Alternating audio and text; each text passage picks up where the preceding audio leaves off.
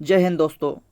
आप जिस एग्ज़ाम में भी जीके जीएस क्वेश्चन आते हैं उनके लिए बहुत बहुत महत्वपूर्ण सीरीज होने वाले हैं। तो आइए शुरू करते हैं। क्वेश्चन नंबर 1, भारत के महान्यायवादी की नियुक्ति कौन करता है? तो राइट आंसर हो जाएगा ऑप्शन बी, राष्ट्रपति।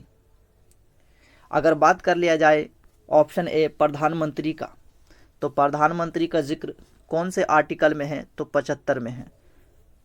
आर्टिकल 75 में प्रधानमंत्री का नियुक्ति के बारे में बताया गया है। और नियुक्ति कौन करता है? प्रधानमंत्री का नियुक्ति कौन करता है? तो राष्ट्रपति करते हैं। अगर बात कर लिया जाए संसद का, तो संसद कौन से आर्टिकल में जिक्र है?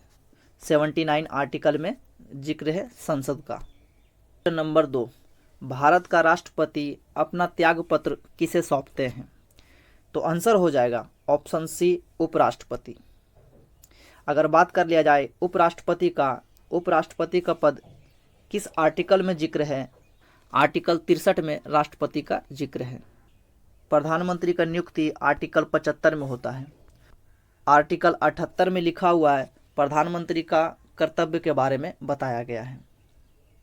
वर्तमान में लोकसभा के अध्यक्ष कौन हैं? तो ओम बिरला हो जाएंगे। और भारत के वर्तमान राष्ट्रपति कौन हैं? तो राइट आंसर हो जाएगा ऑप्शन बी, द्रौपदी मुर्मू। लेकिन दोस्त, अगर पूछ लिया जाए कि जो भारत के राष्ट्रपति हैं कितने नंबर के हैं, कौन से नंबर के हैं? यह 15वां नंबर के हैं। प्रश्न है कि भारत के थल सेना के प्रमुख कौन हैं? तो राइट आंसर हो जाएगा ऑप्शन ए, उपेंद्र द्विवेदी। और बात कर लिया जाए, यह दोनों ऑप्शन भी बहुत ज़्यादा इंपॉर्टेंट हैं। आर हरि कुमार कौन है? तो यह नौसेना के प्रमुख हैं। और बात कर लिया जाए अमरप्रीत सिंह कौन है? तो अमरप्रीत सिंह वायुसेना के प्रमुख हैं। इनकलाब जिंदाबाद का नारा किसने दिया? तो राइट आंसर हो जाएगा ऑप्शन डी, भगत सिंह। सुभाष चंद्र बोस ने नारा दिए थे, तुम मुझे खून दो मैं तुम्हें आज़ादी दूंगा। महात्मा गांधी जी का नारा है भारत छोड़ो। राज्य मंत्री परिषद किसके प्रति उत्तरदायित्व होते हैं? प्रश्न है, राज्य मंत्री परिषद किसके प्रति उत्तरदायित्व होते हैं? तो राइट आंसर हो जाएगा ऑप्शन सी, विधानसभा। ऑप्शन डी में लिखा हुआ है मुख्यमंत्री। तो बात कर लें कि मुख्यमंत्री का नियुक्ति किस आर्टिकल के द्वारा होती है? तो आर्टिकल हो जाएगा 164। अगर बात कर लिया जाए राज्यपाल की नियुक्ति किस आर्टिकल के द्वारा होती है? तो आर्टिकल हो जाएगा 155। राष्ट्रपति पद का जिक्र है तो आर्टिकल हो जाएगा 52। 57 के विद्रोह में बाबू कुंवर सिंह बिहार के किस क्षेत्र से नेतृत्व प्रदान किए? तो राइट आंसर हो जाएगा ऑप्शन सी, आरा। भारत के महान्यायवादी को कौन हटा सकता है? तो राइट आंसर हो जाएगा ऑप्शन ए, राष्ट्रपति। भारत में जनसंख्या घनत्व सबसे अधिक है। क्वेश्चन कह रहा है कि भारत में जनसंख्या घनत्व सबसे अधिक है। तो राइट आंसर हो जाएगा ऑप्शन ए, मेजर ध्यानचंद किस खेल से संबंधित खिलाड़ी रहे हैं? तो आपका राइट आंसर हो जाएगा option B, hockey. Major Dhyanchand ji को हॉकी का जादूगर भी कहा जाता है। शेरशाह के बचपन का नाम क्या था? प्रश्न कह रहा है शेरशाह का बचपन का नाम क्या था? तो राइट आंसर हो जाएगा ऑप्शन ए, फरीद खां। भारतीय राष्ट्रीय कांग्रेस की स्थापना कब हुई? भारतीय राष्ट्रीय कांग्रेस की स्थापना कब हुई? तो राइट आंसर हो जाएगा ऑप्शन सी, 1885।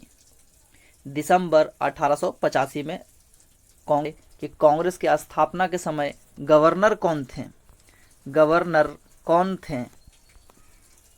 क्योंकि यह प्रश्न बहुत बहुत बहुत ज़्यादा पूछा जाता है। तो गवर्नर थे डफरीन। इस बात को याद रखेंगे। प्रश्न कह रहा है व्यक्तिगत का सिद्धांत से कौन संबंधित रहा है? तो राइट आंसर हो जाएगा ऑप्शन सी, डलहौजी। अगर बात कर लिया जाए डलहौजी का, तो डलहौजी भारत में रेलवे का जनक माना जाता है। भारत में रेलवे का जनक किसे माना जाता है? डलहौजी। डाक विभाग लाने वाले व्यवस्था कौन है? डलहौजी। अगर बात कर लिया जाए रेलवे, तो सबसे पहले रेलवे कहाँ से कहाँ चला था? तो मुंबई से ठाणे चला था, 34 किलोमीटर तक चला था। कहाँ से कहाँ चला था? मुंबई से ठाणे 34 किलोमीटर तक। भारत का प्रथम वायसराय कौन था? तो राइट आंसर हो जाएगा ऑप्शन डी, कैनिंग। प्राचीन नालंदा विश्वविद्यालय का संस्थापक कौन था? प्रश्न, तो राइट आंसर हो जाएगा ऑप्शन ए, कुमारगुप्त प्रथम। यह किस वंश से संबंधित थे? तो गुप्त वंश से संबंधित थे। यह प्रश्न भी बार बार पूछा जाता है, याद रखेंगे। अगर बात कर लिया जाए समुद्रगुप्त का, तो समुद्रगुप्त को भारत का नेपोलियन कहा जाता है। और नादिर शाह को क्या कहा जाता है? ईरान का नेपोलियन कहा जाता है नादिर शाह को। मुंगेर निम्नलिखित में से किसकी राजधानी थी? तो राइट आंसर हो जाएगा ऑप्शन ए, मीर कासिम का। क्वेश्चन नंबर 17 कह रहा है फणीश्वर नाथ रेणु का जन्म कहाँ हुआ था? तो राइट आंसर हो जाएगा ऑप्शन सी, पूर्णिया में। फणीश्वर नाथ रेणु का जन्म कहाँ हुआ था? तो राइट आंसर हो जाएगा ऑप्शन सी, पूर्णिया में। दोस्त, यह क्वेश्चन रिपीट हो गया है, 2 बार एक ही प्रश्न आ गया है, तो कोई बात नहीं, याद कर लेंगे। ऑप्शन सी राइट आंसर हो जाएगा, पूर्णिया। कह रहा है कामायनी पुस्तक के रचयिता कौन थे? तो राइट आंसर हो जाएगा ऑप्शन ए, जयशंकर प्रसाद। 20 का लास्ट प्रश्न है। आप कमेंट में ज़रूर बताएंगे कि 20 प्रश्न में से आपका कितना सही हुआ है। और वीडियो अच्छा लगा तो वीडियो को लाइक, शेयर एंड सब्सक्राइब कर लेंगे। तो आइए चलते हैं प्रश्न पे। अर्थशास्त्र पुस्तक के लेखक कौन है? प्रश्न कह रहा अर्थशास्त्र पुस्तक के लेखक कौन है? तो राइट आंसर हो जाएगा ऑप्शन बी, कौटिल्य। कौटिल्य को विष्णुगुप्त भी हम कहते हैं। क्या कहते हैं? विष्णुगुप्त भी कहा जाता है, या चाणक्य भी कहा जाता है। चाणक्य भी कहा जाता है। कौटिल्य का यह 3 नाम याद रखेंगे, कौटिल्य, विष्णुगुप्त या चाणक्य भी कहा जाता है। तो दोस्तों, वीडियो अच्छा लगा तो वीडियो को लाइक, शेयर एंड सब्सक्राइब कर लेंगे। दोस्तों में भी शेयर कर देंगे ताकि उनका भी कुछ भला हो जाए। और शुरू से अंत तक वीडियो देखने के लिए धन्यवाद। फिर मिलेंगे नेक्स्ट वीडियो में, तब तक के लिए जय हिंद, जय भारत।